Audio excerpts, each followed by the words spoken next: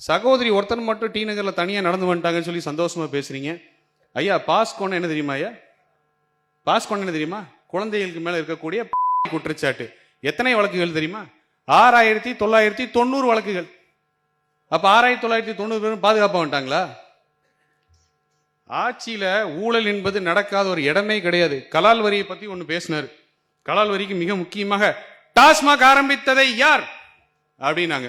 அருமையான கேள்வி. சரி, டாஸ்மாக் புரட்சி தலைவி அம்மா தான் ஆரம்பிச்சாங்க. ஏன்னா தமிழக நிறுவனம் தான் கலாலை விற்பனை செய்ய வேண்டும், ஒழுங்குமுறைப்படுத்த வேண்டும் அப்படின்னு.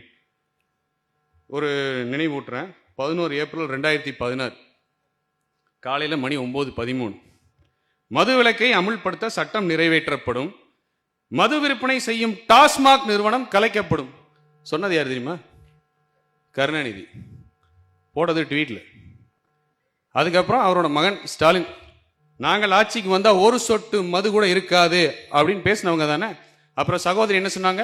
இளம் விதவைகள் அதிகமாக இருக்கிற ஒரே மாநிலம் தமிழ்நாடு, ஏன்னா எல்லாம் குடின்னு போறாங்கன்னு. உங்களோட சாதனை என்ன? சரக்குக்கு வீரன் பேர் வச்சு ஒரு சரக்கு அறிமுகப்படுத்தினது தானே உங்களோட சாதனை. வேற என்ன சாதனை? அனுமதி பெறாத, உரிமை பெறாத டாஸ்மாக் பார்கள் தமிழகம் முழுவதும் ஆயிரக்கணக்கில் நடந்து கொண்டிருக்கின்றன. அந்த பார்களில் வரக்கூடிய சரக்குகளுக்கு கணக்கு கிடையாது. அது டாஸ்மாக் மூலமா வருவது கிடையாது. விற்பனை அதுவும் எல்லாம் பணத்தின் மூலம் நடக்கிறது. அந்த பணம் எங்கே செல்கிறது? கோர்ட் நடுவில் கூப்பிட்டு ஒருத்தர் செருப்பால் அடிச்சாங்க இந்த ஆட்சியை. நீ டாஸ்மாக் பார் நீ மூடுறியா, நான் என்ன பண்ணுவேன் அப்படின்னு சொன்னாங்க.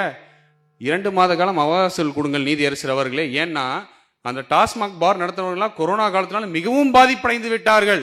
அதனால 2 மாச கால அவகாசம் கொடுங்கன்னு கேட்ட கட்சிங்க அது. எல்லாத்துக்கும் மேல பாட்டிலுக்கு 10 ரூபா. இடி வருது ரெய்டு. இடி ரெய்டு வந்தோடனே உடனே நேரடியாக நீதிமன்றத்துக்கு போய் எங்கள் அனுமதி இல்லாமல், தமிழக அரசு அனுமதி இல்லாமல் இடி உள்ளே வரக்கூடாதுன்னு அபிடவிட் போட்டாங்க. ஜட்ஜி கேட்டாரு, இடி உன் அனுமதி கேட்டுதான் வரணுமான்னு கேட்டாரு. உடனே ஐயா நீதியரசர் அவர்களே, இல்ல நாங்க மாத்தி போறோம்னு மாத்தி போட்டீங்க. அப்போ 9வது இடத்தை கொடுக்கக்கூடிய தமிழ்நாடு தான் நம்பர் 1 வந்திருக்கு. எங்க தெரியுமா? இந்த டாஸ்மாக் துறையில் 50,000 கோடி ஆட்டையை போட்டீங்கல்ல, அது உண்மையா அரசு கஜானாக்கு போயிருந்தா எக்ஸைஸ் வரி மூலமாக நம்பர் 1 மாநிலமா தமிழ்நாடு எப்போ வந்திருக்கும்? சகோதரி ஒரு விஷயம் சொன்னாங்க, கேரளா மாநிலம் தான் நம்பர் 1. சகோதரிக்கு ஒரு தரவு சொல்றேன்.